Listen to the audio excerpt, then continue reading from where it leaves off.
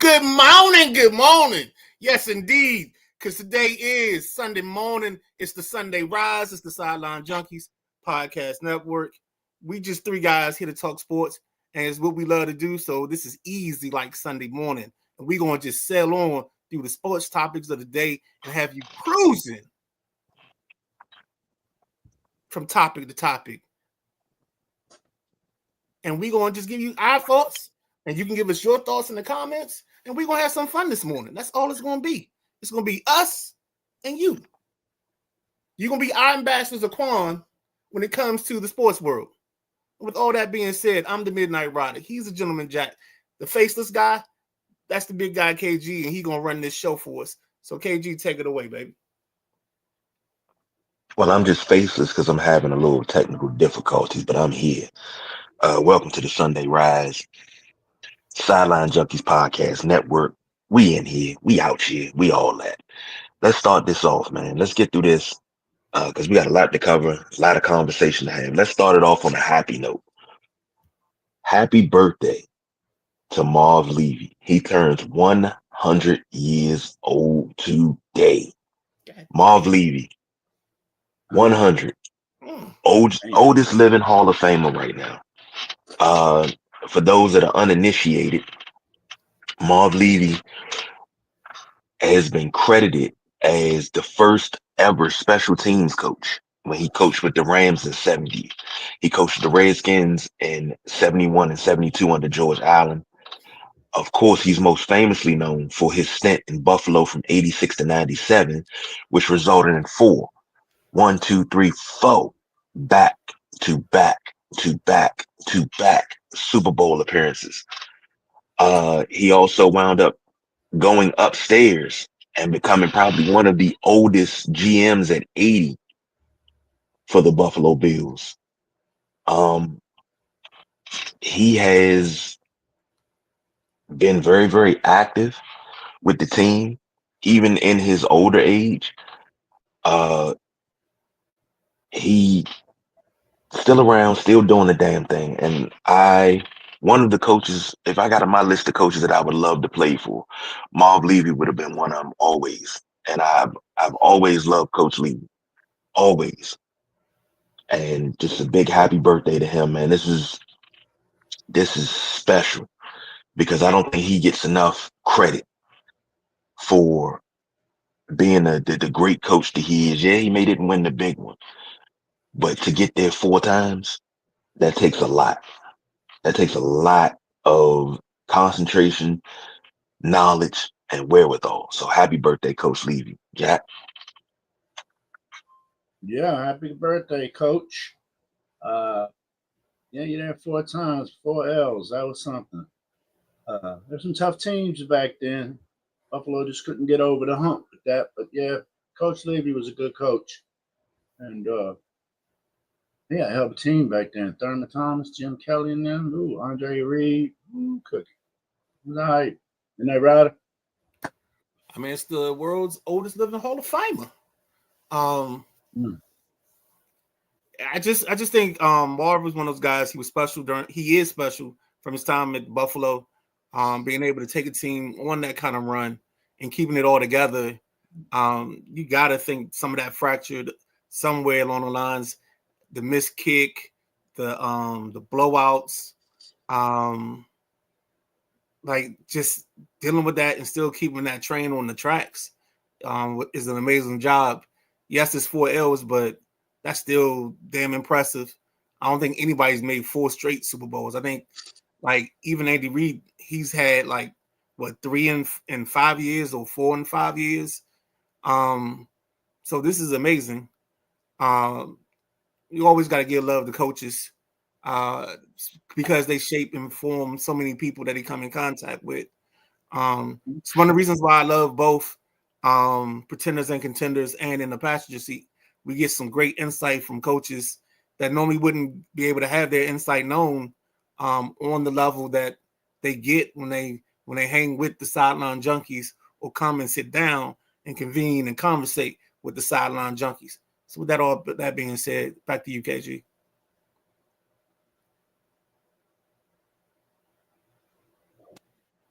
I don't know if he's on mute monster or not. So let's hit a car. I'm sorry. I hit the wrong thing. I'm not sure if you guys noticed, but he's also part of the Canadian Football Hall of Fame as well. Oh, really? Yeah, because he coached in the CFL, coached Montreal in the CFL, won 2 Grey Cups. He was coach of the year in '80, NFL '90s All Decade Team, Buffalo Bills Wall of Fame, Buffalo Bills 50th anniversary team. He's got some accolades, and you talk about the players he coached. If you focus, just on the Hall of Famers, Jim Kelly, Thurman Thomas, Andre Reed, and that's just in Buffalo. He had the likes of James Lofton, who's also a Hall of Famer. The Bruce Smith, Cornelius Bennett, Darryl Talley, Kent Hull, probably one of the best centers of the '90s. On defense, he had Jeff Wright. I used to know the whole Buffalo defense in the '90s. All right, hold up, challenge. Challenge. How many Buffalo Bills starters can you name? Offensive defense? Just the defense. Just the defense. Okay. Don't start naming them. Give me a number. Yo, so and then if I think you can name more, I'm gonna go first.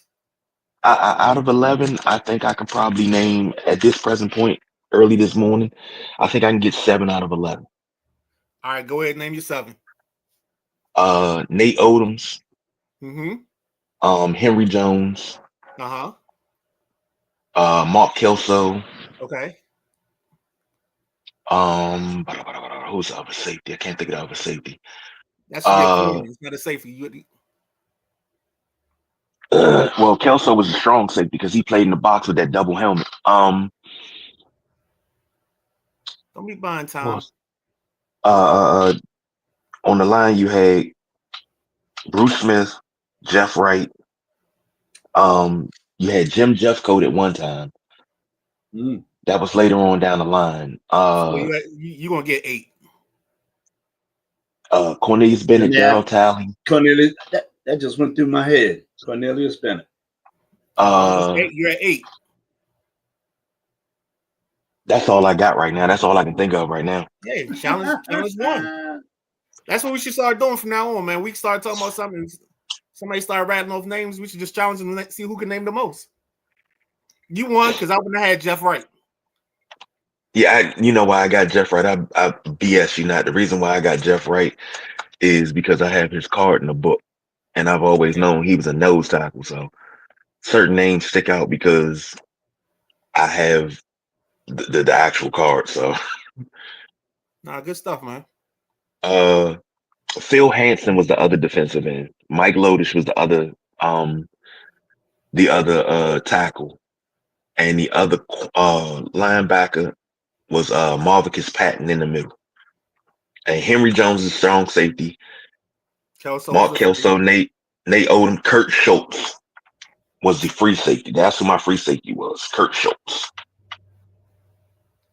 All right, so just to mess around and have some fun early on, how many of the Redskins starters from that 91 team can you name? On the defense? On the defense. Whew. Because Charles, man. Don't name them. Don't name them. You gotta say we gotta count how many you can name. What you bidding? No, just don't say that. I can do all 11. That's the team that I know very well. KG's thing. That's KG's thing. You can do 11. I can do 11. I can do 11 as well. Notes. All right, let's go across the front line. We just alternate. D-line, DN. You go first. Charles Mann. All right, so I got Eric Johnson at D tackle. Who's the other D tackle? John D. Gathers. I got Tim Johnson as the other D tackle, but that is acceptable. The defensive end on that team.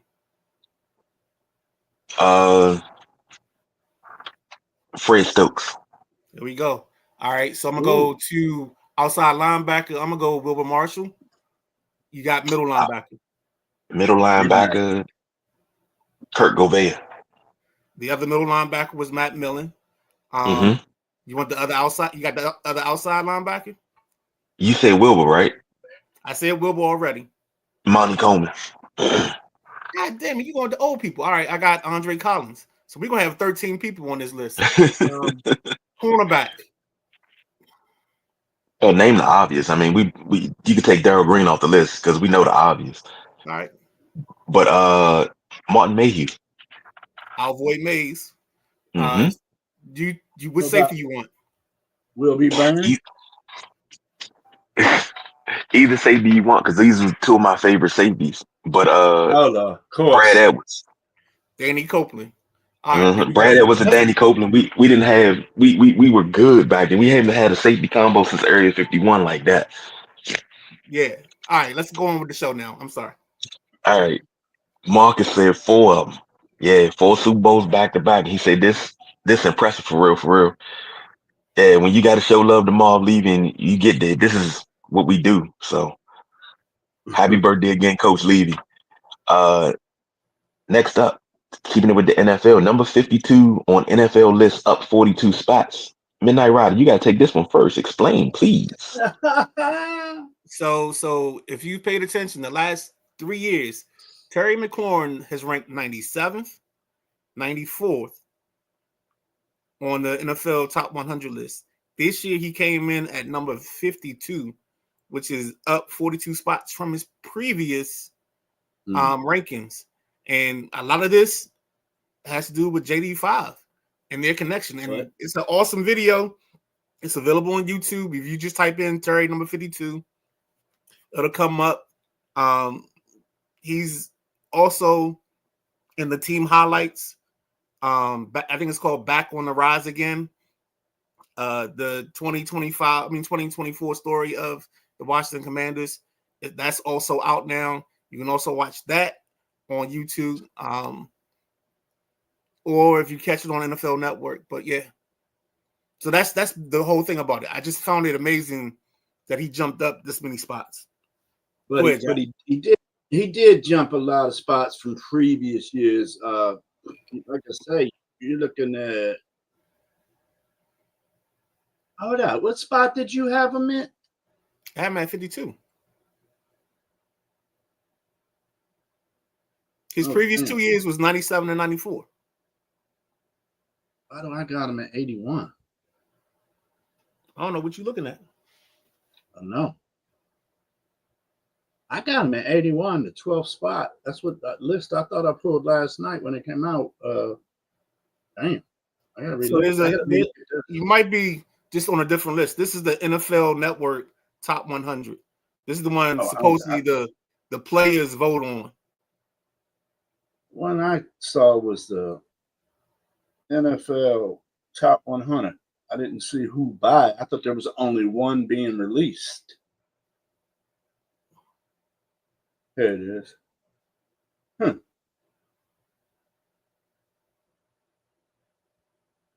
Wonder It's how all I messed good, man. that up. It's not so, It's easy. But it just takes away from what I researched. And top NFL top 100 players of 2025. It just says this is the 15th season in the NFL Top 100. It premiered. Yeah. Okay, so I got the wrong list. So I'm shot out of the water. Boom, boom, boom. But, good for Terry. Him being at 61, do you have the list in front of you, Midnight Rider? No, I didn't do the whole list because I've been watching them as they unveil them. Wow, what are you gonna? What I was doing was trying to see what number wide receiver he was on that list. The list I had him at 12. But if you say he's 50 something, he should be somewhere around 9. So the beauty of it is this list is they're unveiling it as they go along from 100 down to 1. So I was going to wait until I knew exactly where you were going with this, and I think we just got to wait until the whole list is done because I haven't seen Chase, I haven't seen Jefferson. I think they just had I think the guy before him, the receiver before him, was the kid out of San Diego. I keep saying San Diego, out of Los Angeles. Ladd McConkey. I think he was like 55 or 57. So that's where we are on that. So he's probably going to be about number 10 because the offensive guys between the receivers, the quarterbacks, and a couple of running backs tend to be in that top 50. Mm-hmm. If he's somewhere around that top 10 area, then he needs to start considering 30 or 32 mil. But Understood. like I said, I'm still standing my guns. I think a deal will be done this week sometime, possibly by Friday. KG? I like this. I like where he's at. I didn't, if we're talking in the league, is he a top 10 receiver in my book? Yes. In the league, as far as league players go, I think he's right around the sweet spot. And to see that he's moved up as many spots that he has, the first season he's had a quarterback, that's impressive because that lets you know what was holding him back, not having a consistent quarterback. And I've said this on several shows. That's one thing that Terry didn't have, but he still put up great numbers with no reliable number 2 next to him, no real passing game. He put up great numbers. Now, I mean, we constructed pretty well. And for him to put up these type of numbers, absolutely amazing. And I think this is good. You keep calling them great numbers, KG. I think they're just pretty good numbers, man. If he stopped playing today, he wouldn't be in the Hall. I think he's put up good numbers, better than good numbers, but not great numbers, man, by far. Ja'Marr Chase, Jefferson, they're putting up great numbers. I feel that Terry's put up very good numbers. You talk about Ja'Marr Chase and what was the first receiver? Minnesota. Jefferson. Now you talk about them. What's the difference? They both have had outstanding quarterback play. They've had top tier quarterbacks. But that ain't what you said. Kirk. You said he's had what was the word he used? Had great seasons. Great.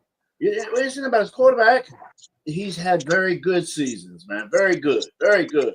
He needs to get over that hump to stop these 1,100 or 1,090 yards or something like that.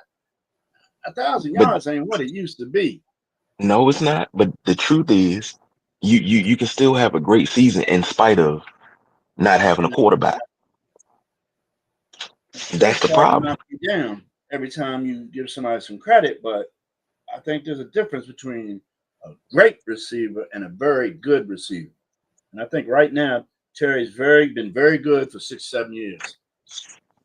And here's something about that's the difference between Ja'Marr Chase, Jefferson, and Terry. They cry for the ball. If they don't get the ball, they're in the media. They're crying for the ball. Terry never cries for the ball. Terry takes the double teams and let somebody else shine. Those guys do not. They let the ball get forced to them. That's the problem. Team player. I agree there. But there's a lot of names. I mean, they even had neighbors in front of Terry, I believe. I think St. Brown's better than Terry. I think Nakua is better. I think Nico Collins is better. Nah, Nico, I don't know. Nico is right where if he had a quarterback. He got CJ Stroud.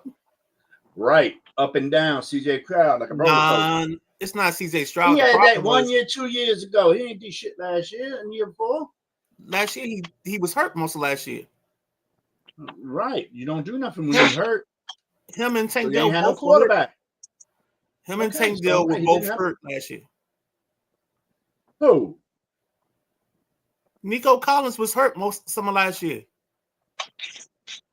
He was out for like 2 or 3 weeks, if not 4 to 5. He was out in stretches. Then Tank Dell got lost like in week 13 for the rest of the year with the bad injury. So Tank's probably gonna miss all of this season coming up. But I think they drafted his clone the kid Jaden Higgins out of Iowa State. So yeah, they're gonna be all right in Texas. Houston. But let me ask you two this. There's another Cincinnati Bengal, T. Higgins. Do you think, and I know he's not a number one. I know T's not a number one, but he could be a number one with another team if he didn't have Jamar Chase on the squad. Do you think that T. Higgins is better than Terry? You know what? That's a great question. What I'm gonna do is we're gonna take a break, and I'm gonna answer on the other side of this break. So I'm gonna get right back at you, Jack. Yes, sir. KG, hit the button because I don't have one up. All right, I got you. We'll be right back. Scratch it up. Wicker, wicker, wicker.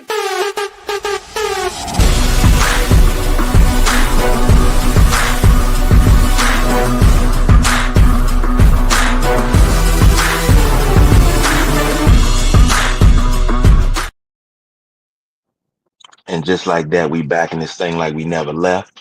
Couple of comments real quick.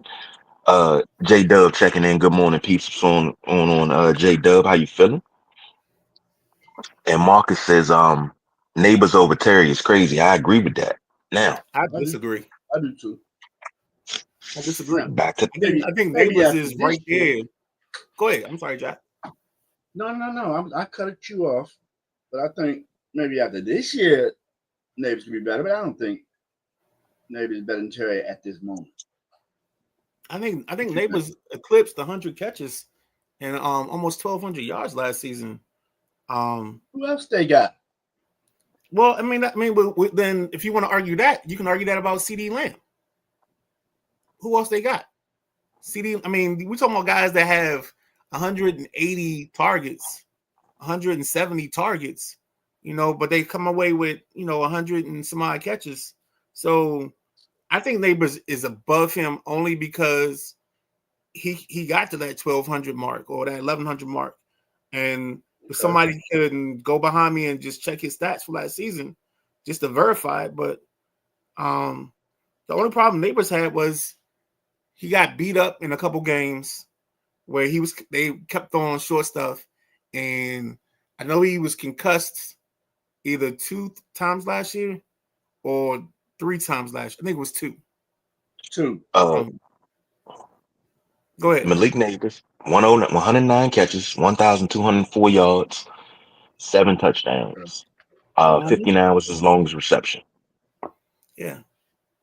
Okay. Because, I mean, I thought in this room, between the three of us, I thought 1,200 was a number for us. And since he eclipsed that, it don't matter who you got on the other side of you. I mean, it's just you catching the football. You doing the do. So that's why I would put him above Terry. And goodness knows if he ever gets a chance to get here to DC and play opposite his boy, his best friend, it's going to be like LSU again. LSU. Couple of comments real quick. Take me to another place. I'm sorry. All right, Arrested Development. JoJo said right now, no Terry, what is up with you and catches? What do we mean? I mean, what do y'all want him to do? In the Eagles game, when everybody said, well, he shut down, he didn't do this, he didn't do that, he was taking on the double teams. So De'Ami Brown and he was on Guantanamo Bay. They was doubling him over the top. Come on now. Guantanamo Bay. Whenever he does that, everybody say he's not doing this, he's not doing that. But I'm like, you got to realize the way that they're playing him, if he's playing off the ball and everybody else is getting shine and we win the game, I don't give a damn if he only had 1 target. Because we had that early in the season. We were talking about how come they're not targeting Terry. But everybody else was shining. 24-hour lockdown. They don't target Terry enough. They don't target Terry enough, in my opinion. Terry should get 9 to 10 balls thrown his way every game. Every game. I think I disagree only because I think this offense is set up for everybody to eat. I mean, last year Terry's underused. I don't think so, but I hear what you're saying. I think you getting, because I think what's the kid that got hurt? Noah Brown. I think if he had finished out the season, he would have finished with like 60 catches, maybe 700 yards. I don't even remember what OZ's stats were, but I know OZ had a career year. You know, Dayami Brown towards the end of the season and into the playoffs, he started to shine. I think this offense is an all you can eat, you can have it your way type of thing. And I think that's the beauty of this offense and what makes it so dynamic in the way that it's plays out. I think the real thing is people underestimate the offense, and they put lazy narratives on it because of the what was the bullshit they were saying last year. It was the cliff. It was the cliff last year, where everybody said, "Oh, by week 10, Cliff's offense becomes predictable. Where everybody knows what's going on, and it falls off." There's no cliff.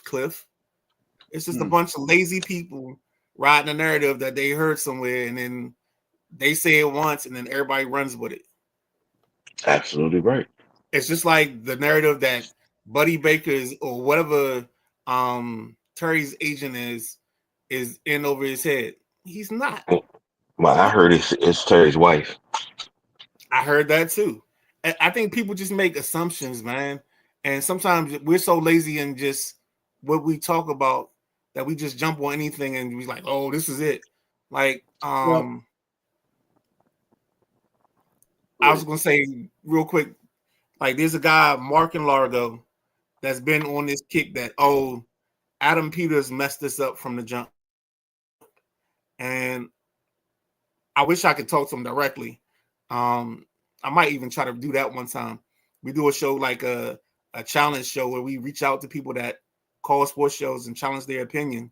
Write that down so I don't forget about it. But he talks about, oh, Adam Peters messes up from the beginning. He should have gotten Terry signed a couple months ago.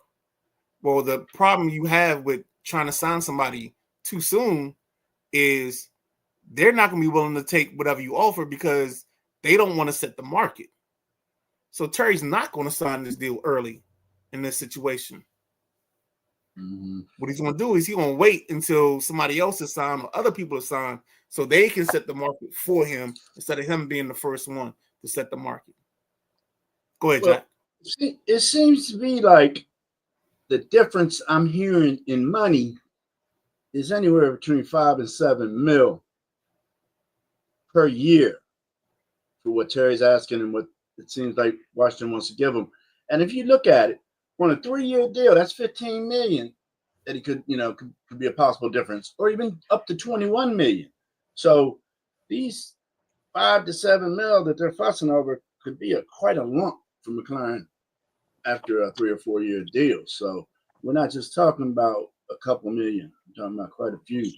And I still think Terry's number is 33. So let's I'm ready. I'm ready for Terry to sign and get all this BS over with, and let's get to football. Because if you look at it, first preseason games coming up this weekend. Yes, sir. Yep. But going to Gillette Stadium. You dig it? Sorry. Yeah. It's about that time. Comments. You know what I'm saying, fellas? Yeah. Couple more comments. You're only as good as your quarterback. Pay the man, meaning Terry. And I agree with what Tim's saying. Because Terry has played with an array of quarterbacks. Some okay, some serviceable, some not so good. Tim also says, what would Terry's numbers be with a good quarterback for more than one season? We'll see.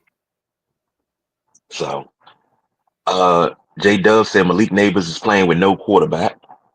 Yes, indeed. JoJo said exactly. They had the force feed CD90 going north. Washington had a decent offense for years. Just know ABC 1, 2, 3, and that's one thing that Dallas does.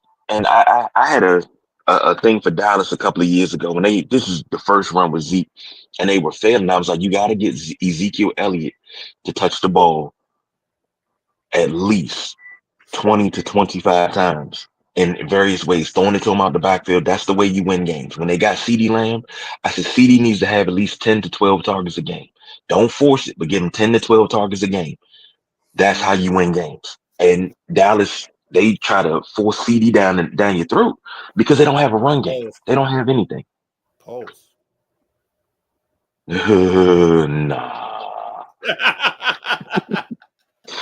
Tim said T Terry or T Higgins or DK Metcalf. I'm taking Terry. I'm taking Terry too. This is what I said about DK Metcalf when he came out of Ole Miss. And I said it to a buddy of mine. And he was like, DK Metcalf, that's who we should draft. I said, no, we don't need DK Metcalf. We're going to draft the receiver. You draft A.J. Brown. Man, why would you draft? I said, A.J. Brown is the more complete receiver. He's the better of the two. He's on the other side of Ole Miss. I'm telling you. Trust what I'm saying. Oh, man, he's not that good. Now, if you look at their careers, look at A.J. Brown's career and look at DK Metcalf's career. Who's had the better career so far? I think that's before I got on the show with y'all. Because Yes. we had an argument, I'd been on the side with you with AJ Brown.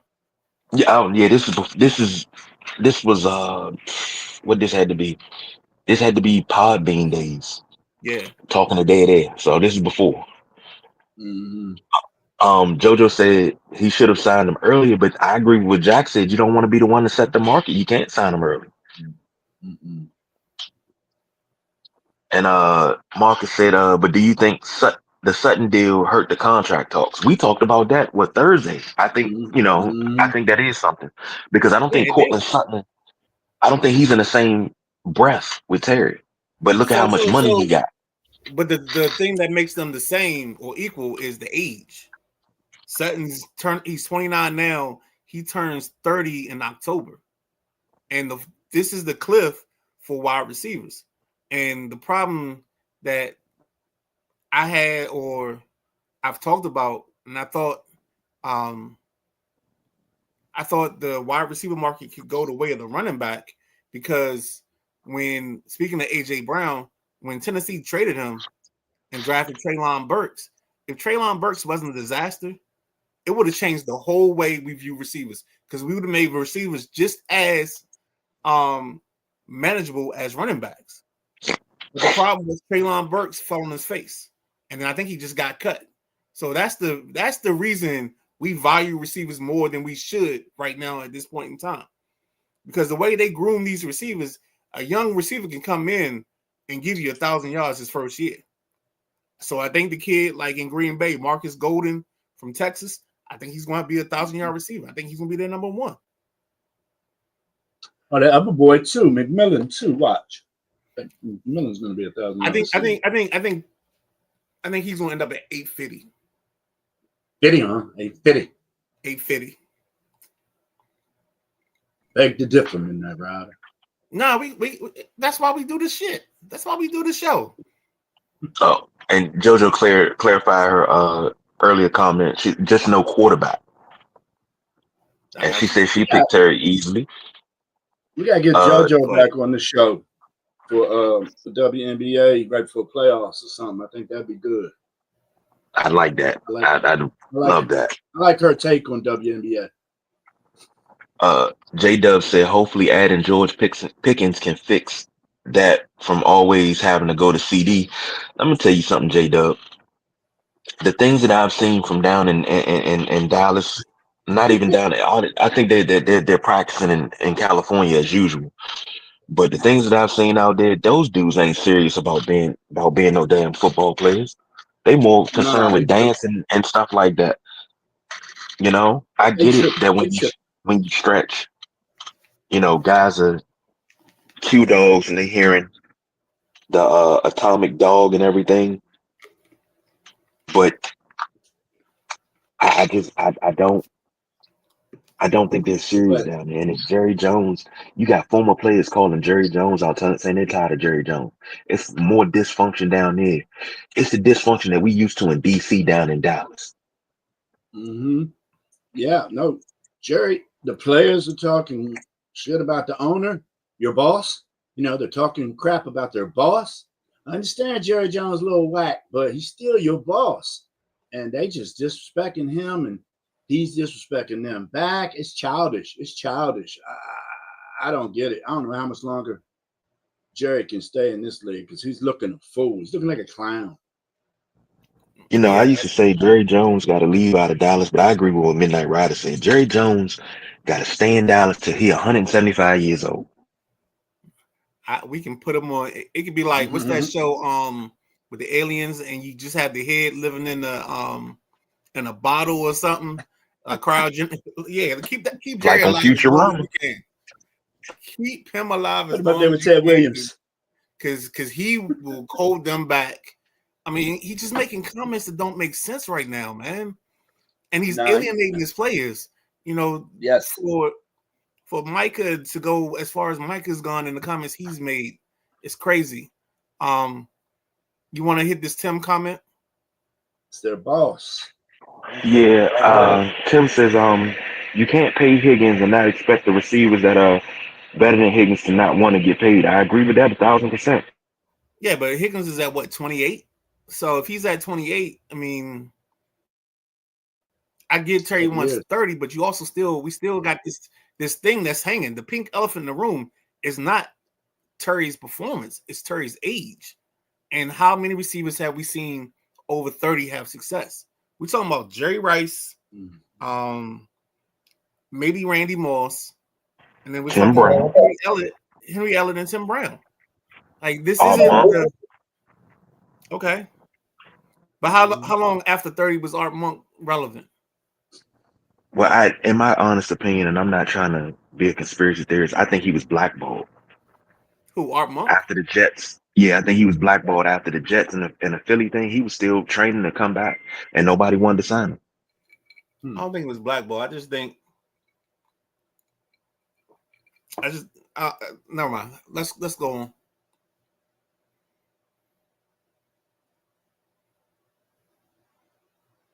JoJo says she thinks Sutton undervalued himself. I politely disagree on that. Yeah, I think he signed the best deal for him because he didn't have great numbers coming in, and he's been up and down. Go ahead, Jack. No, you're right, and he was, that's what happens with one of the earlier signings. You know what I'm saying? You always say, "Ooh, what I leave on the table," but I think Sutton was right there. What did he get? 26, 27? I forget how it breaks out annually, but yeah, I definitely don't think it was in the 30s. So what? JoJo said golden child #1, baby. I need a reference point. I'm lost on that one. And she said got the Senate gone to September 9th, no more late nights. So that's good. So we'll be able to get in and talk to JoJo. We got to talk some WNBA because I need to deep dive into that. I got whatever night that is. I need to make sure I'm here. J-Dub, this is coming from a Cowboys fan. I agree. Jerry Jones is a joke. That's the problem. And I've said this time and time again, especially on this show. Jerry Jones couldn't stand anybody else getting the spotlight, which is why he fired Jimmy Johnson. Because Jimmy was getting all the credit. Jerry was getting nothing. And they say, well, Jimmy put together this team. Jerry wanted the everything. Him being in the war room with his Super Bowl rings on, picking up the phone and not talking to anybody when the cameras are on. That's where it all went to shit. Because you had to turn it into a reality show. You had to turn it into a spectacle instead of being a business. That's where the problem went. And you haven't won anything in close to 30 years. KG, I will not let you besmirch the great name of Jerry Jones on this show. I need to respect Jerry Jones because we need Jerry Jones to be where he is for as long as he's alive, okay? Oh, I agree with that. I agree wholeheartedly. Yeah, I want Jerry Jones because I think Jerry Jones is a special person. We should bubble wrap him. Try to keep him alive as long as we can. Keep him in this spot as long as we can. Go ahead, Jack. I'm sorry. Nah, I'm good on the Cowboys and Jerry Jones. I think I spoke my piece. Did you guys notice where JD? Oh, that's right. My list sucks. My fault. Never mind. Yeah, nope. Stay around, Jerry. Keep screwing up them Cowboys because I tell you, it's been crazy. I mean, you had what? I think he's progressing perfectly. So I don't think he's screwing anything up. Tim said Higgins making $30 million should be against the law. That was I think that was what you call it, a panic pick, a panic signing, because they didn't want to lose him. They panicked and they signed him to that money. That's what happens when your quarterback comes out and tells the owner, "You got to sign my guys." Because I would let Higgins walk, and I would have drafted because they draft 26 or 24. I would have taken a receiver at 24 and let Higgins go on, and I would have franchised them or transition. I would have transitioned them, so that way we can talk a trade. I would have traded Higgins and brought some new kid in and let him work with the new kid. That's just my personal opinion because I feel like receivers are expendable. Yeah, just like you do running backs. So I can't be mad at that. Matty Ice checking in. He said, all subject. Sorry, because we're heading to the Jake for the 140 pitch. Showtime Sarah is working on a story that will be all on her own. Not sure if it'll be ready tomorrow or next Monday. Big story in the NHL teams are gobbling up local rinks and driving up costs for profit. Ooh. I heard about that. Ooh, doggy. We got hold on. Showtime Sarah doing investigative reporting. Oh Yes, yeah, sir. Cookie.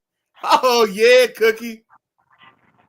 Because when the lights get dim and everybody gotta put up, ain't nothing like Showtime, baby. That's it. Love it. I can't wait for that. J Dub said Jerry Jones needs to sell a team. As long as he's there, there's a Jones running the team, they will continue to struggle. I totally disagree. I think he needs to keep the team as long as he possibly can.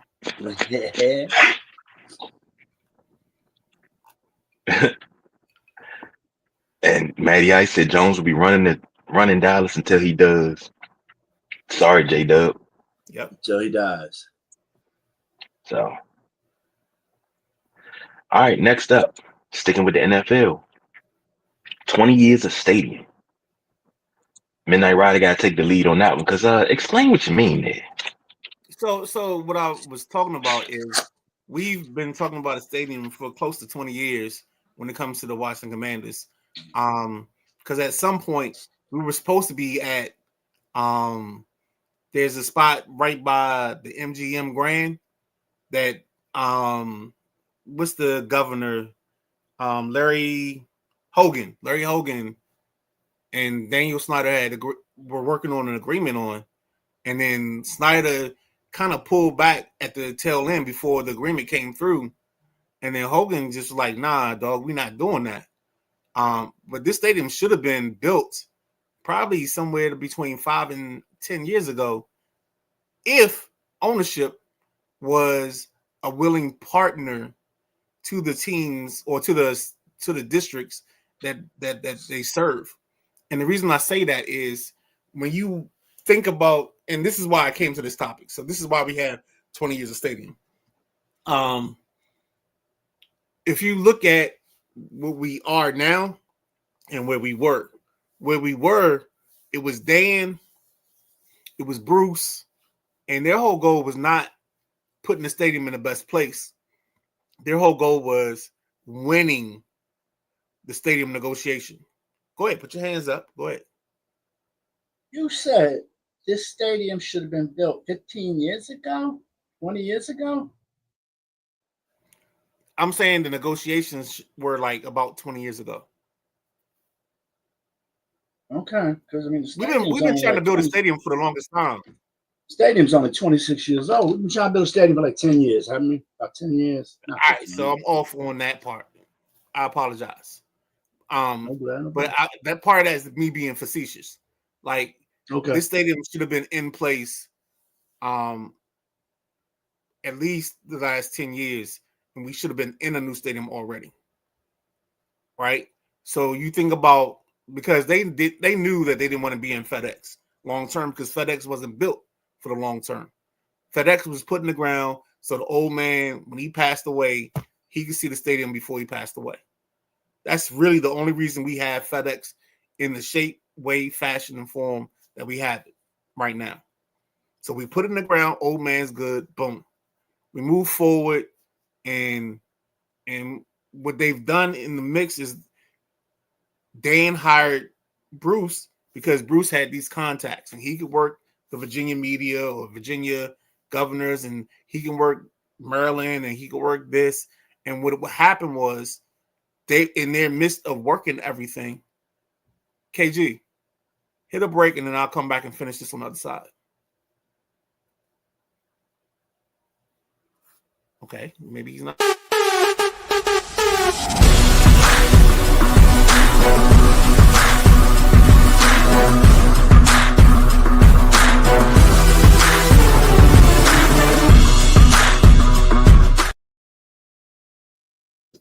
So I'm sorry, Sideline Junkies Podcast Network, Gentleman Jack, Big Guy KG, Midnight Rider. We're still talking about the stadium situation. The reason I said 20 years is because I was trying to make it seem like we've had this thing going forever, because it felt like forever to me. And I felt like in the whole process, it was always Dan and Bruce trying to get over. So for me, the opposite end of the pendulum is what you saw this week, because I felt if Josh Harris owned this team earlier, we would have had a stadium earlier. Because Josh Harris and his team, they literally went into the DC government, held meetings with all the different council members. And like I told y'all before this even started, I said, we got to pay off the people or make the people happy before we get the stadium. And so what we ended up doing, we set on, I think it was Thursday morning, because we talked about it Thursday night. Thursday morning, they came to an agreement on the labor unions. So we got 2 more votes that we didn't have before. So that's how we ended up at 9 instead of at 7. And I just think this group or this ownership has been so compromising and willing to sacrifice. And that's what I mean about the 20 years of stadium, is I think if we had this group beforehand or earlier, we would already have a stadium. But this group has gone into DC, and basically, like, the DC lawmakers they allowed them, for lack of a better term, to build their credibility off of this stadium agreement. So Mendelsohn to say, oh, I fought and I got us $798 million more on this deal. And then the 2 other people that agreed on Thursday morning, they can say, oh, we fought so, the DC unionized workers could get opportunities. Like, everybody has a way to put their name to this stadium and say they fought to get us more for their reelection. That's what I mean by this. And I'm sorry that I went a little long-winded on this. I'm gonna say this. You talk about the Jack Kent Cooke Stadium, FedEx Field, Redskins Stadium, Northwest Stadium being just for the old man. I get that, but even if it was there, Daniel Snyder did nothing. Well, let me rephrase that. He did nothing after his 6th or 7th year owning the team to improve. All he did was destroy the stadium. When he added new seats and we became 92 to 96,000, biggest stadium in the league. When Jerry surpassed him, he tucked his tail between his legs and he started acting like a straight gump. Then he started covering seats because, oh, we can't sell out. Well, if you make the product on the field a little bit better, maybe you'll sell out. So it was a lot of that had to do with Daniel Snyder. And then that whole thing with being down by MGM down there on the National Harbor, I always said that was the worst place to put a stadium, because guess what you are? You're downwind from Blue Plains. Anybody that's not from the area that don't know what Blue Plains is, that's where all the shit water goes and they treat it.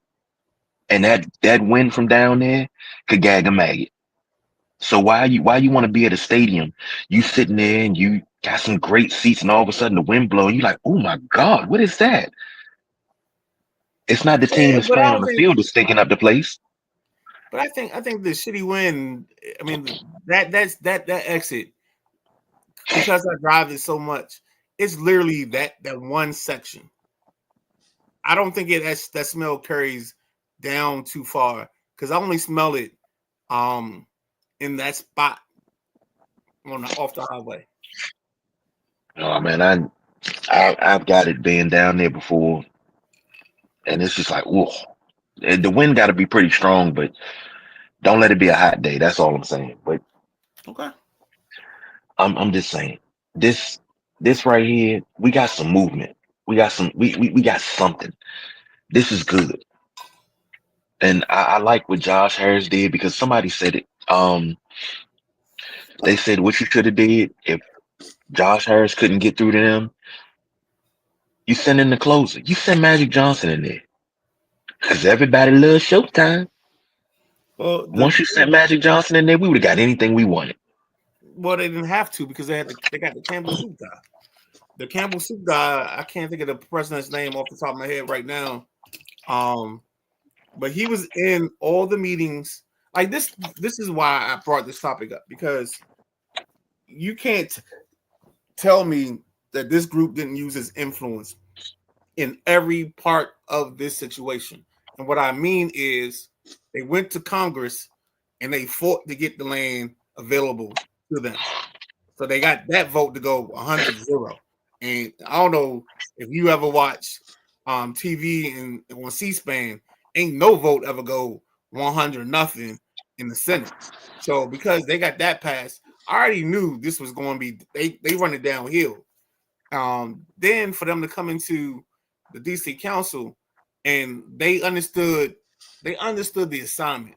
They knew they had to get Mendelson to be a difference maker. And so when Mendelson came to them and was like, this is what I want to do, they abided Mendelson and all of his things. And that's where we had that bill that, I mean, not the bill, but that negotiation and that deal that came out where Mendelson got the city another $758 million on top of whatever Bowser had set up. So now we made him happy. Then we placated the two people with the union stuff. So like they've been bending over backwards. They even saying they're taking over the cost. If this goes over, they're taking any of the expenditures over was budgeted and paying that. Like what more you want them to do? The only thing they haven't done is come in, tuck the kids in the bed, and kiss your wife goodnight. But I bet you if they asked them and you'd vote yes for the deal, whether it's your wife or your husband, whatever your situation is, or your husband, whatever it is, they would have done it for you. That's how much this team was committed to getting this stadium done and done at RFK. All right. Let's get to a couple of comments real quick. JoJo said 25, I believe, for Sutton when we were talking about contracts. Yep. She said Matthew Golden, the Golden Child, is the reference. I got you. That's the reference. I don't know what Tim doing. We got to go check on Tim. Everybody go check on Tim. I miss Snyder. What do you miss him for? Nah, it's because he's a hater. Let me tell you something. I was done with Daniel Snyder. Now, granted, when he hired Marty Schottenheimer, I wasn't too happy. I didn't like the 0-5 start. But when we started rolling, I was like, all right, we got something going. But then when he told Marty at the end of the year, I want to separate the GM role and the coach role, and Marty said no, and you fired Marty to bring Vinny Serrato back in, I was done with Dan then. Yeah, granted, you got Gibbs back. You got us a little hope. We had a pretty good 3-year run, but I was done with him after he fired Marty. I had no belief in him anymore. So think about this. His I Miss Snyder is my keep Jerry employed. Gotcha. I thought Tim was a Commanders fan. Steelers fan, through and through. The day he dies. Hey. This is the only black man that I know that during the Super Bowl, he came down and I think it was like every commercial break, he came down in a different Steelers jersey. Oh wow. Because he has all of them. He has like a Palomalu Pro Bowl jersey, a Hans Ward Super Bowl jersey. He's got a Ben. He's got like if there's a Steelers jersey, he's got the predominant players. He's got it. Between them and the Celtics, he's the Steelers Celtics guy. That's why him and Jack get along. And they both the same. They both assholes. Oh, you talking about my main man Tim? I'm sure that's who you're talking about. Man, Tim, we go back like rocking chairs. JoJo said, "I wish these billionaires buy their own stadium and everything." DC Council not trying to screw us DC residents, taxpayer over. I know y'all excited. Citizens shouldn't have to pay 1.1 billion to DC. The project is 3.7 billion, JoJo. DC is paying not even, there's no stadium deal where the city pays this amount and it's not even a fraction or a third of the cost. It's barely a third of the cost. What are you crying about? And the crazy thing is, if they do it the correct way, most of the housing and stuff is going to be built by the team and not the city. The city's only there for infrastructure. That's the crazy part. Because what were y'all doing with the land without this deal? It was just sitting there. And Tim said Harris is going to fix the Commanders like he did the 76ers. Trust the process. Now we doing better than the 76ers because we ain't got to worry about Joel Embiid throwing temper tantrums and falling all over the damn place. And JoJo said only a 65K capacity. Shaking my head, dome. Man, glad y'all on the way back. But all tradition of y'all being outdoor, yeah, I don't like it. Glad the Bills staying true. Now the Bills get ready to get a dome too. No, the Bills is not a dome stadium. I thought they said they were putting up a dome. No, the Bills is open air. Okay. And Washington she's talking about Washington needing a dome. That's dumb. I mean, not having a dome. That's dumb. Because they're not the whole point and the whole selling point of this building is you want Final Fours, you want Super Bowls, you want everything else. Honestly, the second this stadium's built and it's in the ground good, and they figure it out within 3 years. So if it's 2030, if we're around in 2033 still doing this show together, we're gonna be talking about the Super Bowl at FedEx at RFK Field or RFK Stadium or RFK lot. They build out that name because the name has to be, TikTok Stadium at RFK facility or at the RFK site or something like that. So I totally disagree with JoJo on this.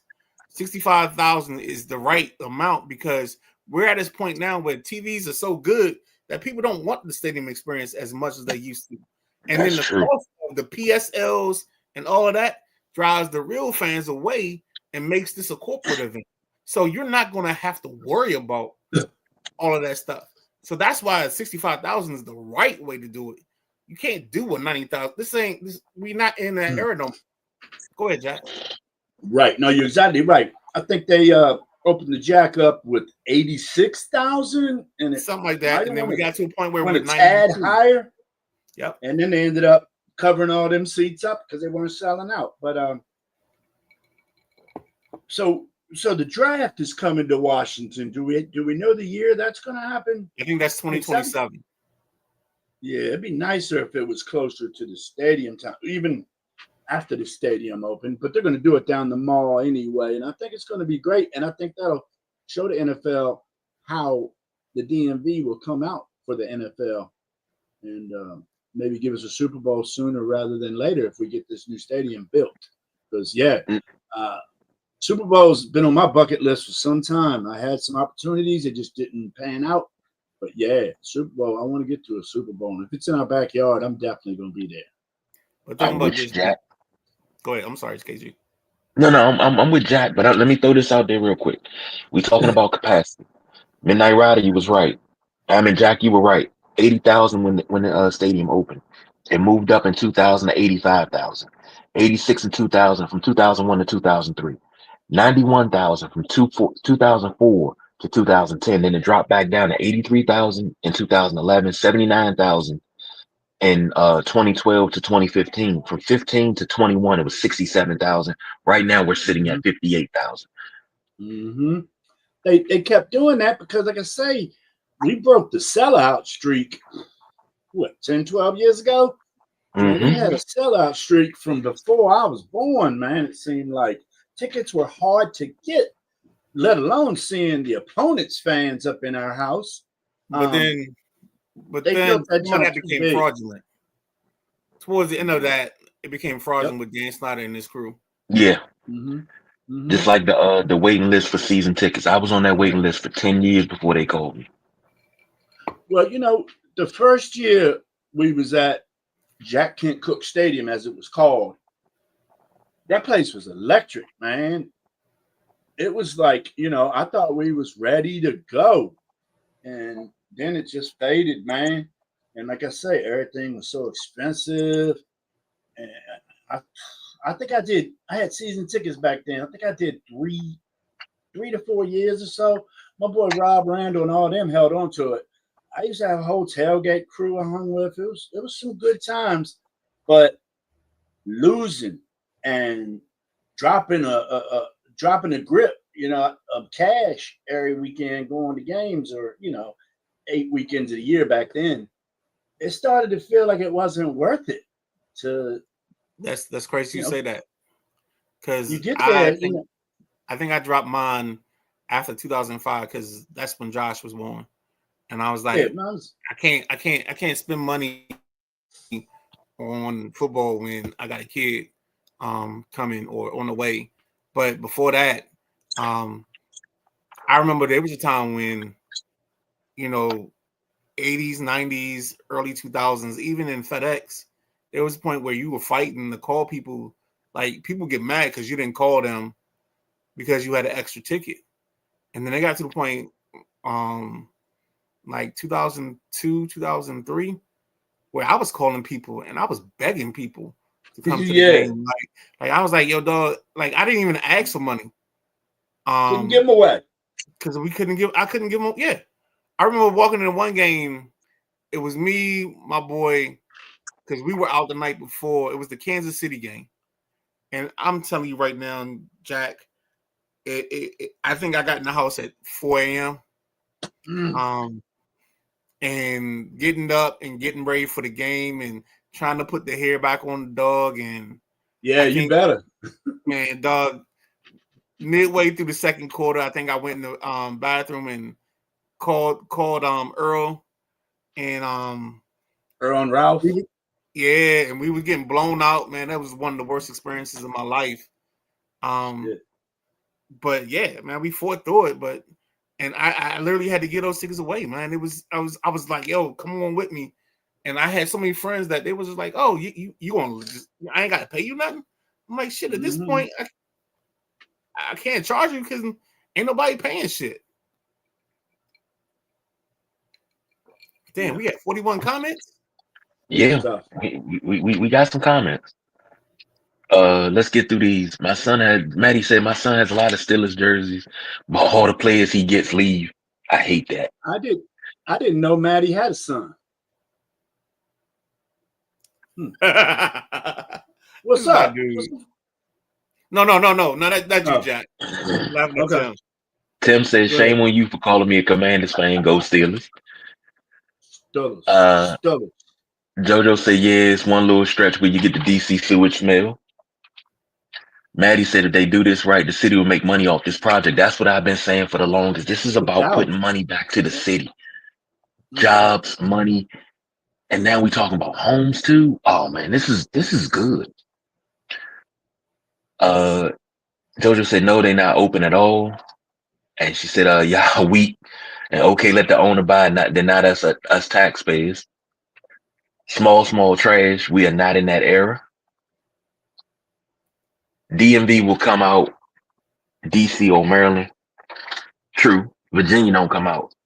Virginia come out. I drive home. They come out. I take Josh home after home games, and I hate the drive because I'm in state. Excuse me. I mean, stadium traffic. So bump that. No, there's a lots of VA plates at the stadium, no doubt. VA comes out. I'm sorry to disagree with her, but it's true. And JoJo said because we started losing. Yeah, that's what. Mm-hmm. So the fans left. Yeah, that's true. And people hated Dan. Not a good example. And Jack Cook bought his everything, not on the taxpayers though. Yeah, but at that time, I mean, you could put a stadium in the ground, and it's like a couple $100,000. You're not paying billions to put a. I mean, think about this project. This is a $3.7 billion project. Billion. Like Chauncey Billups. Now, FedEx Field was constructed for $251 million. If you adjust it for inflation, $492 million. That seems like a discount now for an 80,000 seat stadium. Seems like a discount. And JoJo said, had the season tickets at FedEx. I used to be there every game. Me and my best friend. I couldn't get off the list. Well, JoJo's also became a Packers fan mid-season, so because she was tired of Dan and his garbage, and I think that Dan and his garbage is part of the reason why we have this topic, 20 years of stadium, because we've been building this stadium forever and chasing it forever, and the bad thing about it is it should have happened like this. We should be in the new stadium now, not building the new stadium right now. Kinda, yeah. If Snyder would have released the team earlier, because I didn't think it was ever going to happen under Snyder, man. Seemed like everywhere he tried to go, there was something bucking him. No, it wasn't nothing bucking him. It was him trying to win. That's the part I'm trying to. Okay. Like he wanted to get over. He wanted the best deal he could get. So he would basically say, "Oh, with him and Hogan, he was like, all right, I like this deal, but I'm gonna shop this," and he would shop it to Virginia, shop it to DC. DC would turn him down because they just didn't like him, and Virginia would be like, "Oh, maybe," and then Hogan was like, "Well, you're not gonna basically use me to get more money for a stadium deal." So no, and then that's when Hogan turned him down and just backed out of it. Yes. That's what kind of was, man. We should have been. This stadium should have been probably 2023. We walking into the stadium at, whatever MGM setup is, because you went over the Tangers with us the other day. You saw Top Golf, you saw the Tangers, you saw the MGM, and all in that section, we could have had a stadium right there. Right at the epicenter of releasing out to 495 north, south, 295. Got all the exit points. I disagree. Yeah. Just like what FedEx is. No. You're at the actual points. Listen to what I'm saying. Where RFK is, you got the DC Armory, you got Langston Golf Course. Wasn't totally a bad neighborhood back in the day. Wasn't completely terrible. Where you have the stadium at, and I always say, why would you put a stadium right there? And I remember my uncle said something about it, because remember, that was all woods. We all know how notorious Landover Mall used to be at times. Village in the woods across the street. If you know, you know.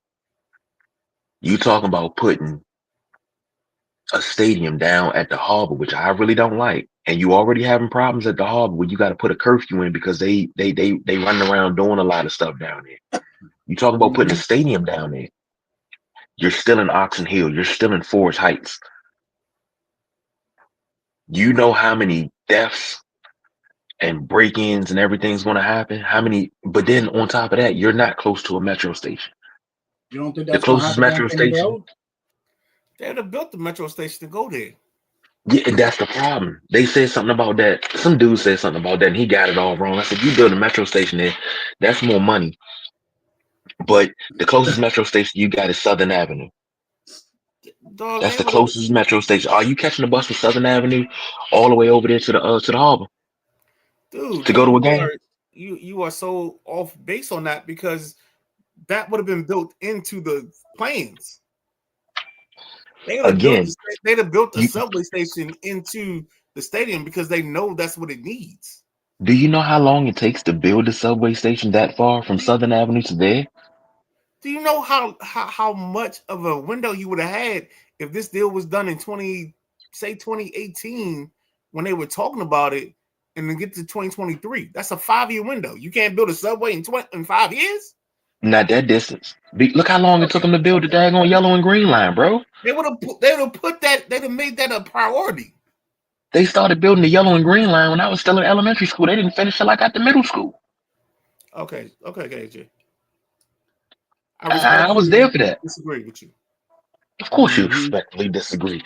But my whole point is, would you, if before this station goes in, would you catch a bus from Southern Avenue to MGM? I wouldn't have had to because they would have made the thing work. I said before. But I hear what you're saying, but you gotta it. Part of the planning and the process is making sure that things are easy and the egress and the ogress or whatever they are called would be done in this situation. So that's why I don't buy this part from you. Okay. They would have made it convenient, whatever the station was, whether it's been off the yellow line, whether it's been off the green line, whether it's been off the rainbow line, it don't matter. Because you put in the stadium there, they would have made it work. Okay. Yep. Let's get to a couple of these comments. Jack said, if you think things are expensive now, wait till they build a new stadium. Of course, you got to bring everything up. And JoJo said no one else had that as well, only Jack and Jerry. And she said she didn't leave mid-season. It wasn't mid-season. Stop listening to trolls. And said, yeah, Dan, was anything. Yep, that MGM area was ideal. I don't agree with that. And JoJo said she don't agree with me. I'm just saying, y'all. You reel the whole base in with Ben. That's why they would have been that would have been a priority to the subway, but it's not as now. I work in infrastructure when I'm not selling cars at Helen Hunt Motors. It's only one location, so it's near you. Bring your ass on down there and get your daggone car. You want a car to go to A and B, go to Helen Hunt for it.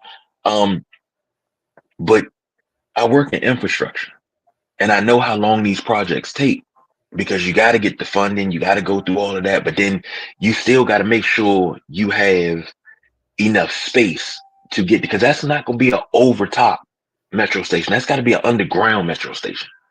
Because to go over top, you're going through daggone neighborhoods. You're going through. They'll raise that thing up. Yeah, but if you raise it up and you elevate it, you got to think about the noise pollution that you're going to put over Forest Heights, the noise pollution you're going to put over Colonial Village and Kennebec and all that stuff, and down Southern Avenue. That's what they did in Riverdale, went over top Kennebec Avenue, East West Highway. And I think that's the dumbest thing possible, Jack. I really do, because you put a lot of people out of business. You displace a lot of people. I think it's the dumbest thing possible. That's what they did, and they still working on that project. It ain't even complete. It's been almost 5 years they've been working on that shit in Riverdale. Man, it's been 10. Hot mess. Been a minute. And yeah, Jack. Yeah, JoJo, they did do that at the new station at FedEx, but look how long it took.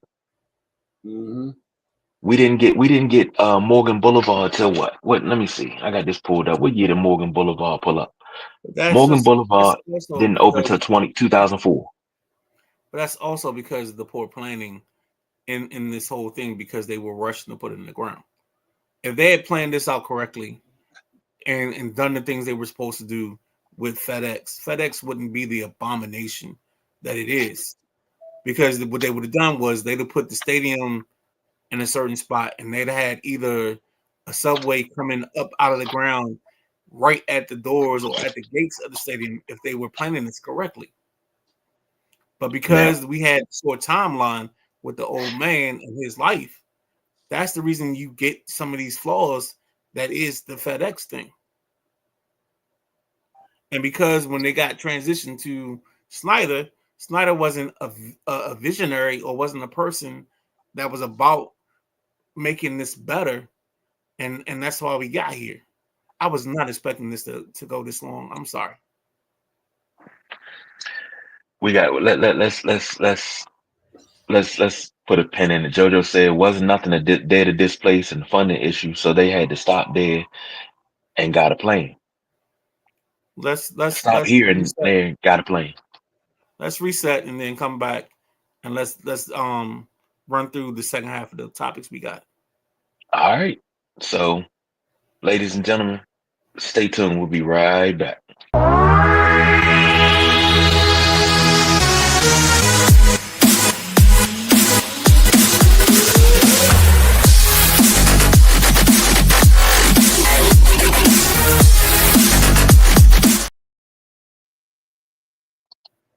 What's crazy, I almost went old school and told you after these messages, we'll be right back. 2 and 2.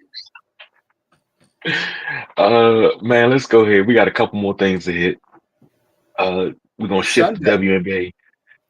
We're gonna put a pin in that stadium talk because I think that's a bigger conversation that need to be had, but we're gonna put a pin in that.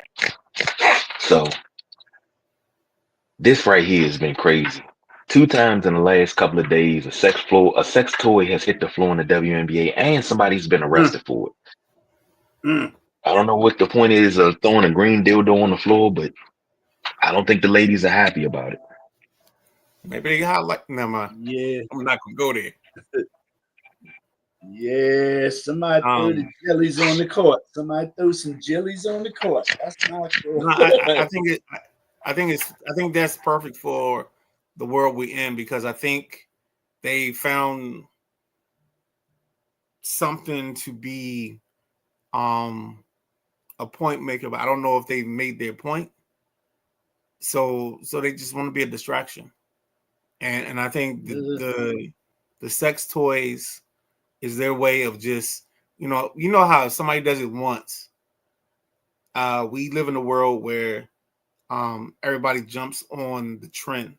And I think that's why we have multiple of these occasions. And I don't even know if there's a meaning to it. Mm-hmm. If it is, then please, let it be known. But I think that's the case. They're just out here just being strange and different. Go ahead, Jack. Jack? Well, in the Sky game, in the Sky game against the Valkyries, the person that threw it out on the court was arrested. So they actually caught the person at that game. They're going to get banned from the arena, which they should. You shouldn't throw anything on the court, whether it's sex toys, coins, balls, whatever. You shouldn't throw anything on the court. Very dangerous. It's very disrespectful to the ladies or gentlemen, whoever's playing. It's disrespectful. And to throw something that nasty out on the court just shows what kind of person it is that did that. They got no couth. And yeah, I was surprised to see that. KG?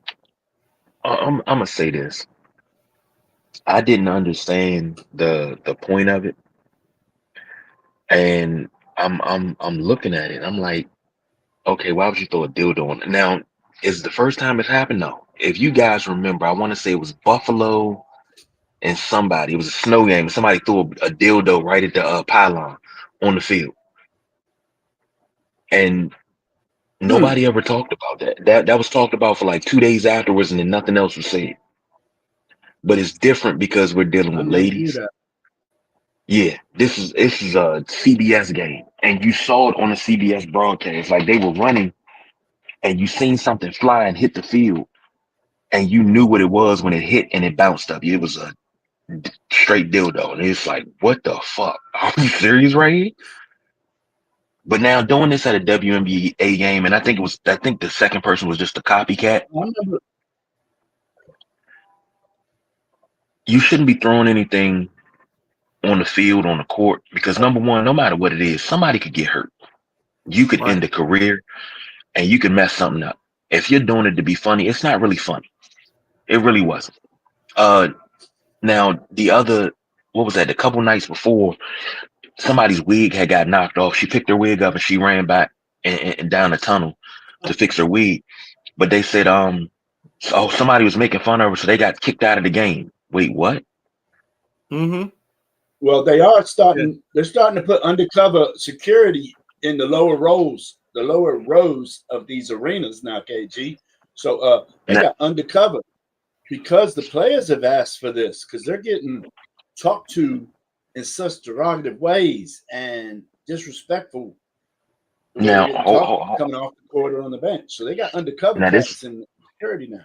This is where I'm on the other side of the fence, because if that was the case, these ladies wouldn't be able to deal with Robin Ficker sitting behind their daggone bench. I remember Robin Ficker told Joe Klein that he wasn't no good, and George Mearson was the best center in the league. He used to tell Patrick Charles Barkley paid for tickets for during the '93 finals to fly Robin Ficker down to Phoenix to sit behind the Bulls bench to heckle the Bulls players. They put him out. But this is what sports is. Everybody's not going to like you. You're going to have your detractors. You're going to have your hecklers. People are going to say things. Now, here's the thing. Here's the flip side. You got to be careful what you say, because I found out the reason why Vernon Maxwell went up in the stands and smacked that dude, because he said something about his daughter that passed away. That had just passed away like a couple days. He said, I just buried my daughter. And he called my daughter's name and said, yeah, I hope she's looking up at you anyway. He said, okay. When he sat back down on the bench, dude kept mouthing. He went up there and he punched him in the face. Hey, if you can say it, you got to be ready to get punched in the face for it. That's it and that's all. That's life. That happened in the NBA, or no, actually it was college. I can't remember which one of these boys went to Arizona. I think it was Steve Kerr. Is Steve Kerr to Arizona? Yes. Yes. Steve Kerr's father was a pilot, and he died. No, he was a diplomat. Okay, well, his father got killed in a hostage situation. Was that what it was? Yeah, right, his dad was in Beirut. And the first time that he went to the foul line, the crowd was chanting "Daddy." That was one of the foulest things I ever seen. And then I remember Patrick Ewing. I don't know if it was St. John's, but it was Big East matchup. They threw oranges at Boston College. And then I think it was somebody from Kentucky that got in trouble for robbing the pizza man or something, and they threw pizza boxes on the floor. So it's been going on, for a long time, picking on people with props that you're throwing on the floor, and even verbiages. I mean, the Duke crowd can be pretty nasty to people too. So I'm glad you own that. Robin Vickers, he was a lawyer, so he knew where he could go and where he couldn't go. He was a very prominent Washington, D.C. lawyer. Yes, indeed. I remember he was on the Kornheiser show back when Kornheiser did it by himself. And Kornheiser loved him to death. And I actually sat really close to him a couple of times at the Cap Center. He was a hoot with some of the stuff he said. It's like, where did you come up with all this? But yeah, Vickers, he was a lawyer and he tiptoed the line. I don't think he ever got thrown out. Maybe if you say he got thrown out in Chicago, that might have happened. I don't know about that. Nah, he was when they moved down to what was the MCI Center, they moved him away from what he wanted. So he boycotted the MCI Center because they wouldn't put him behind the visiting team bench where he wanted. Correct. JoJo said, how's it getting in? You're not supposed to bring bags into the game. I agree with that. You can bring bags. I mean, you can bring bags. They got to be clear bags. And how you don't see a green dildo in there, but yeah, you can bring bags in almost all stadiums. Yeah, put it down your drawers. Just think you hanging packing. And Anthony says, for me, I feel it's immaturity by men or sexism. I think that's where the situation comes from. It may not be men. I mean, it could be anybody. It could be a man or a woman. I don't think it's men. Yeah. I think everybody got to take the onus of this because it's immaturity. What was it in the first one? The person that got caught was... I haven't seen anything. I think it probably was a dude. If anybody can find that out. We'll figure it out. I'm looking at it right now. Go ahead and proceed. JoJo said, glad they arrested. Security is trash. And she said, heckler and some just outright disrespect name calling. Nah. Now I agree with that. I agree with that, Jojo. That's why I said on the other side, if you can be disrespectful, you need to be ready to get punched in the face for it. Now heckling is one thing, because man, I'm gonna be honest, and this is honest to goodness truth. We sat in the 400 section at FedEx Field behind the Washington Redskins bench. It was when Josh Norman called out the fans to fill FedEx. So myself, the boss BJ, Big Jim, Junie, Delonte, we was at the stadium. And we was all in a row. And Josh Norman had a bad game. He sat on the bench and it was kind of quiet in the stadium. It was like doing a TV timeout. And I yelled out, I said, Norman, you wanted us here, we here, and you playing like some trash. And he looked up. I said, yeah, I stood up and said, yeah, I said it. You want me to come down and say it to your face? Because you playing like some trash. You called us out. Now I'm calling you out. And he just kind of looked back around and just shook his head. I was serious. I was angry. And you know me, I'm always looking for a fight. So, I was willing to go down there and fight him if it came to that. But I didn't say anything personal. But I called out his play. His play was trash. So, and Well, JoJo said, clear bag. It does not list the offender, and in good rights, because why give him any glory by having his name in print or her? Right. Yeah, I get the clear bag thing, but they may have it in their pants. And Anthony said, Jack, KG Midnight Rider, can you explain to me what possesses people to do something that's stupid? Is them having no common sense, or you think alcohol involved? No common sense, both. Liquid courage. No, I think it's people trying to make a statement and trying to do something. They seen it once, now they jumping on the bandwagon. I don't think there's anything. Surprised if it happens again. Yeah, I think this is a trend now. I think this is going to become a fad, not something that it's a one-off. Yeah, unfortunately, I think you guys are right. I don't like it. I don't. It doesn't seem too well. We live in a world of lemmings. J Dub said, "How the hell do you sneak a pizza box into a game? Shoot, the same way they sneak cutouts into a game. You fold them up and then you just let them out. Who was that? I forget who was at the line. Their girlfriend broke up with him, and they pulled the cutout of the girlfriend up as he was shooting free throws. Gilbert Arenas said it had got out that Shaq had slept with his girlfriend. Right, I remember that.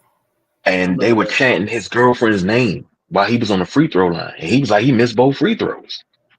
Well, Shaq misses free throws anyway. But it happens, man. That pizza box thing, I tell you, I think the university, I cannot remember what school it was, but I bet the university has something to do with that, man. They're probably passing out pizza boxes at the door. Back then, there wasn't that much security, But back then, you also had the incident where John was going to pull the team off the floor because at Boston College, they had the monkey in the cage and they were throwing bananas and all that stuff with Pat. So that's another incident. That was national TV. Yep. It was ESPN. Yep. I was watching. And Anthony said, what type of statement are they trying to make with doing something like this? It feels like they're trying to prove immature and haven't mentally developed by throwing the dildo on the court. Here's the thing. When it comes to the WNBA, the disrespect that has been levied over the last 2 seasons is at an all-time high. Because you got people on one side saying support the WNBA, but don't never watch a game, don't buy no jerseys, no merchandise, no nothing. But they'll say, oh, I'm a Caitlin Clark fan. Well, did you see what Clark did last night? Oh, yeah, she went off. No, she was 1 for 9. And she had 4 points. What are you talking about? And this is where you get into this, where you got people calling themselves fans, but they're really just not fans. They're just hangers on because it's hot right now. I've been a fan of the WNBA since 1997. And I've never seen this many people do think pieces on social media since social media been around, but do this many think pieces about why the WNBA should be paid this, but you know nothing about the WNBA. You know nothing about the operating costs. You know nothing about what it takes and how they're subsidized. And people calling the NBA the MNBA. Like, it's just so much stupidity that's coming from these new fans, and they just need to sit down and enjoy the product, because it's a really good product right now. It's getting back to old school ways. It's a really good product. But then you got people that would just buy tickets to go in there and cause mayhem. If you if you remember that line, and I want to say it was a Dark Knight, and said, some men just want to watch the world burn. It's for no reason. They just want to watch the world burn. That's what this is. They just want to watch everything burn. DJ Woody, oh goody, checking in, said they threw lemons on the field at the Defenders game for bad referees. That became a big thing. I remember that. That was like, what, a year or two ago, wasn't it? It was a year ago. Yeah, I remember that. And Anthony said, KG, I thought you said you've been a fan since Sheryl Swoops was in the league. Yeah, 97. The first year of the league was 97. Like, I had the very first game that was played between the New York Liberty and the Los Angeles Sparks. I had it on VHS. That's why I can tell you, because I watched that game live and I recorded it. The first point scored in the league was by the LA Sparks, Penny Tola. I watched that live. And Penny Tola had a handle. Oh my goodness. They called her Penny because when she used to jump rope, she'd keep pennies in her mouth so she wouldn't drop her money. But when I tell you I'm deep in them WNBA trenches from the get-go, I'm deep. JoJo said exactly. Yeah, that's all you can do is shake your head. That's all you can do. And little bit of WNBA news. The Connecticut Sun are going to relocate to Boston because the minority owner of the Boston Celtics bought the Sun for $325 million. That's gonna be nice. I wonder if they're gonna change the name on that. Well, you would have to. But what would you change it to? I don't know. What are you talking? The minority owner of the Celtics bought the Connecticut Sun of the WNBA for $325 million, and he's moving them down to Boston. Oh yeah, I saw that. I think they should be called the Shamrocks. I like that. Shamrocks and the Celtics, baby. I like that. And JoJo said, don't watch nothing. Started watching 2 years ago, and here come the think pieces, and she hate her dumb shit. Yeah, that's exactly. I've been going off left and right for the longest. DJ Woody, that Houston Dynasty was must-see basketball. I've been trying to tell them, when you had Cynthia Cooper, Sheryl Swoops, Tina Thompson, Jennifer Arcane coming off the bench, probably the greatest sixth woman in WNBA history, my scrappy point guard, the late, great Kim Peratt. I'm telling you, Houston was it. Four-time champions. Man, Woody, I lied to you not, brother. I was in front of the TV every Saturday to watch Houston play. During the week, I had to catch it on rerun because I had to go to school. But on Saturday, I was in there. Always. Never missed a Houston Comets game. Anthony said, I'm surprised NBA players haven't gone on Twitter and defended WNBA players and see the comments on Twitter saying this is disrespectful and stupid. What are you guys doing? Here's the thing, Anthony. You have NBA players that really support the WNBA. Kyrie, James Harden, Paul George, all these guys support the WNBA. But when they speak out on things on Twitter, they're being told, and even us regular guys, just men, period, when we speak about the WNBA, it's always stay out of women's business. We get shamed for saying it is disrespectful and standing up for them on social media. This is women's business. Stay out of women's business. Stay in your place. This is the disconnect that we have in this country, in this world, when you're a fan of something. Like the young lady that went off for Andre Iguodala for him saying that she had a killer game, and she told him, put some respect on my name. That's the problem. That's why a lot of people don't say anything about the WNBA, because you get shamed for saying anything. DJ Woody said comics. Hey, that might be the ones doing it. Anthony said, what team did Rebecca Lobo play for? KG, was she a part of the same Houston team? No, she was in Houston later on. She played with the New York Liberty. She was the star of the New York Liberty. Right. Because I think Four Eyes said it best. My Statue of Liberty is Rebecca Lobo. I loved her. Loved Rebecca Lobo. No, she was a beast. She married one of my favorite columnists, Steve Rusher from SI.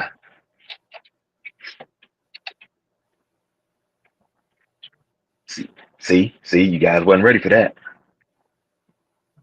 Okay. Next up, Miss Richardson arrested. Sha'Carri got arrested. Midnight Rider, take it away, because this is crazy to me. Nah, I just saw an incident at the Seattle Tacoma Washington airport. Her and her boyfriend, the sprinter, I can't think of his name off the top of my head, but they got into an incident, had an argument. He decided not to press any charges or not to go further with the incident, but she was arrested and released. I think it was 19 hours later after the whole incident happened. That's basically the whole story in a nutshell. That's it. That's all. Yeah. And Anthony said, was Sue Bird around this time with the Seattle? Did she come late in the league later on? Sue Bird was early 2000s. She was with Seattle because she was one of that crop with Swing Cash and all them that came out of Connecticut at the same time, and they took over the league. They carried the league after, I like to call it the golden age. They carried it after that.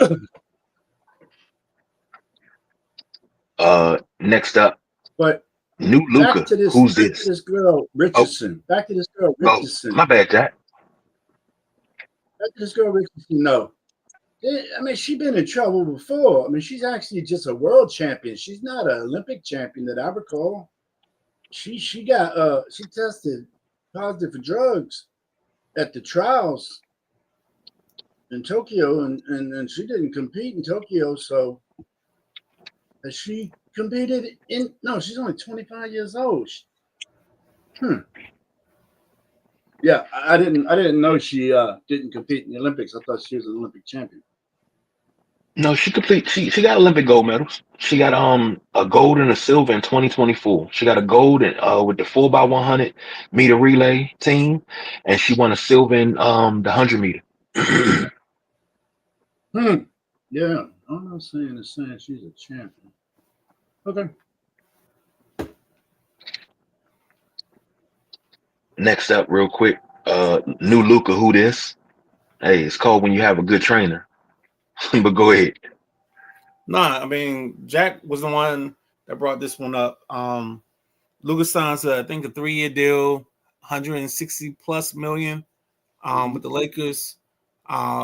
He's showing that he's got a new body. He's training. He's in shape, and basically just wants the Lakers to make moves to be a contender. And Jack can take it from there. Yeah, no, he definitely wants that. It goes to show that the Lakers are putting all the eggs in Luka's basket. Yeah. And as I said last week, I'm a little bit concerned about what LA is putting together out there. Building around Luka is very, very wise. And, they're saying he's working out, he's in better shape. But that don't mean he can play defense. So we'll see. We'll see. Luka got to learn how to slide his feet. Don't click your heels, slide your feet. Yeah, he'll look clumsy at defense, if you ask me. JoJo says she lunched. Keep your hands to yourself, Sha'Carri. She need to work on her anger and focus on herself. Okay. Anthony said the Olympics almost took her medal away for weed because the Olympic Committee was so being idiotic, saying it was an unfair advantage. Can you explain how weed's an unfair advantage? It's a downer. It's not going to make you front run faster. Yeah, but at that time, the world was just against weed, period. Yep. Like the whole point of this, let's not be sophomoric about it, but the world that we live in is about the clinical drugs that you can get and not the other options, not the side options or the side pieces, for lack of a better term. So they will always put you to some prescription that is based in their clinical studies and not based on anything else. So when people do things off the scale, because it's taken away from big market or big pharmacy, that's where the problem is. I have this argument all the time. This world would be so much different if the world allowed the stem cell stuff and some of the other new things that the world has in terms of medical. Here it is. I'm gonna say it simple, and I'm in my statement here. The cure isn't the thing that they're looking for. They're looking for the medicine to keep you alive because that's the more profitable thing. So they won't cure your symptoms. They're gonna just keep you on some drug, keep you alive as long as they possibly can, and make money off of you paying for that drug. That's what the American system is about. And what's crazy?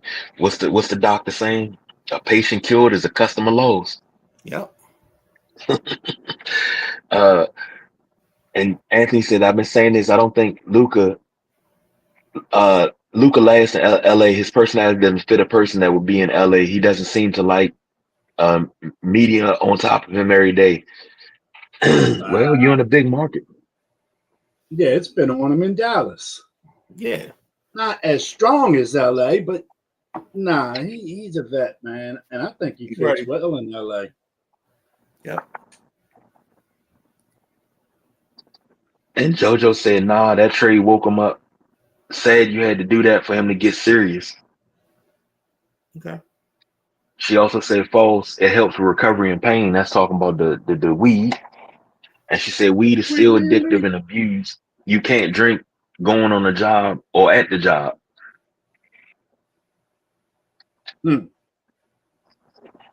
I couldn't say so. Well,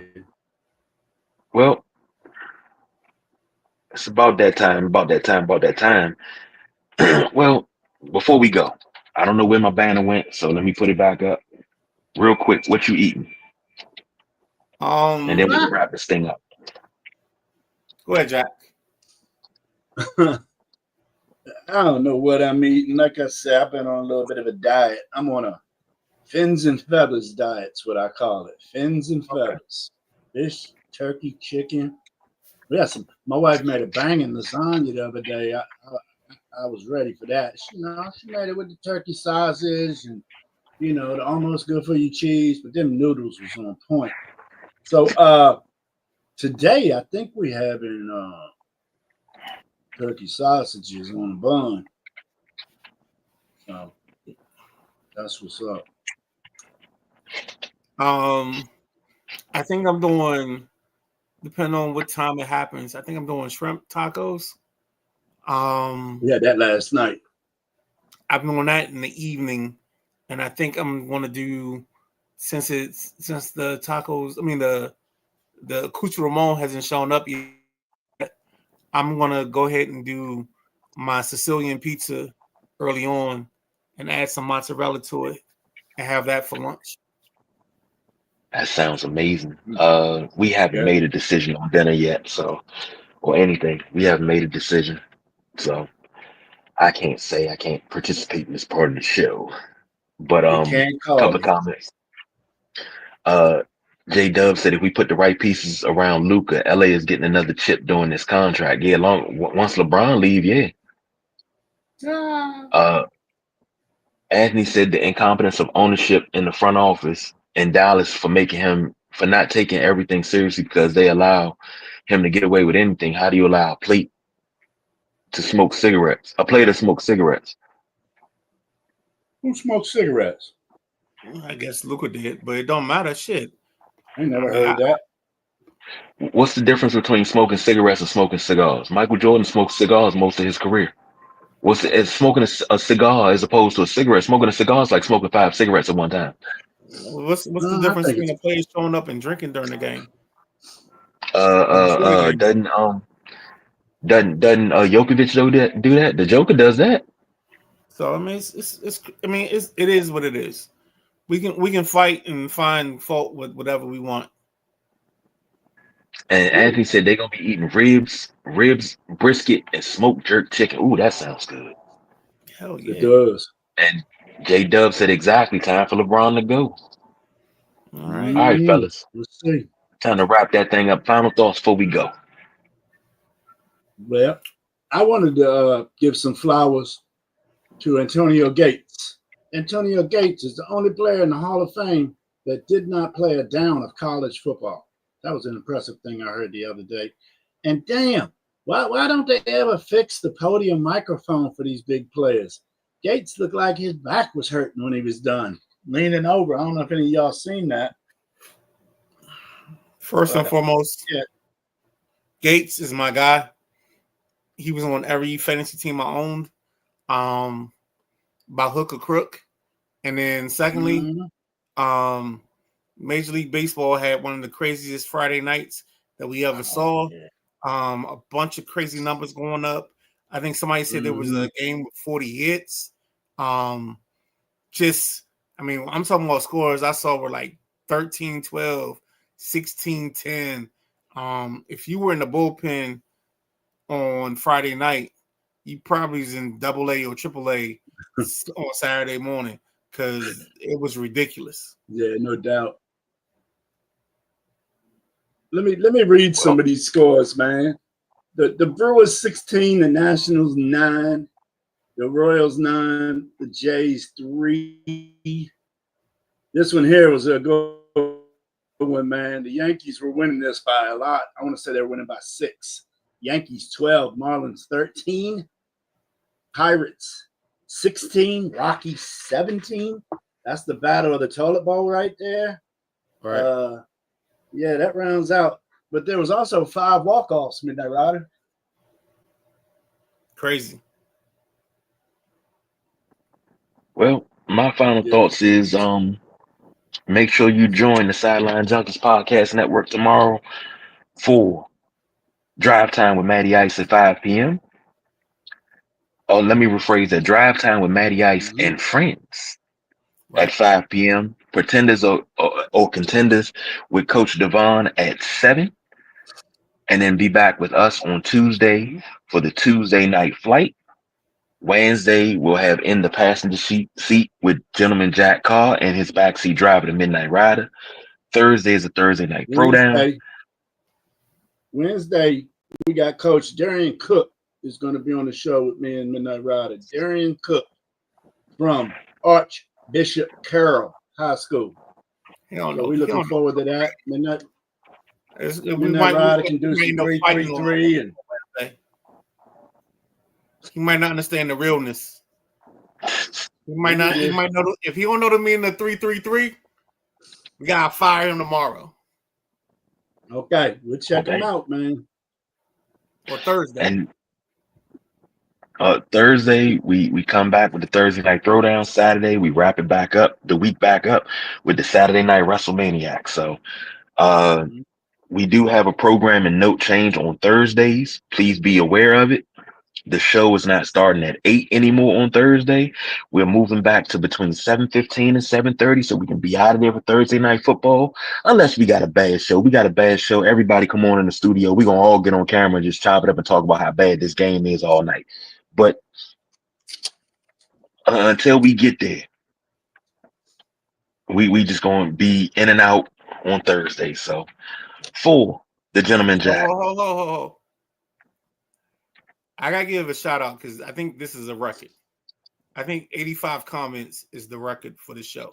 So I want to make sure we acknowledge everybody that made a comment, jumped in. contributed to the show. If you're on the Sideline Junkies podcast Facebook, we want to thank you for being there. We want to thank everybody that's contributed to the show today, because I wasn't expecting this to go 2 hours. So thank you. We appreciate you. We appreciate you having a voice and participating with us. KG, go ahead. Well, thank you to Anthony, JoJo, J-Dub, DJ Woody, oh goody, Maddie Ice.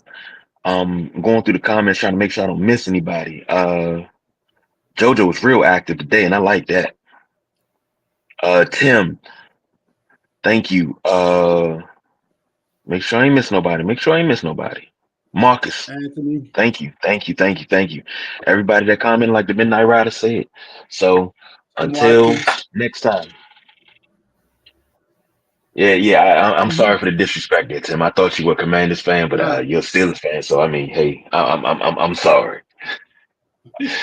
But for the gentleman Jack, for the Midnight Rider, I'm the big guy KG, baby. I can honestly say I guess we don't do no overtime because we under 2 hours. So we are out of here.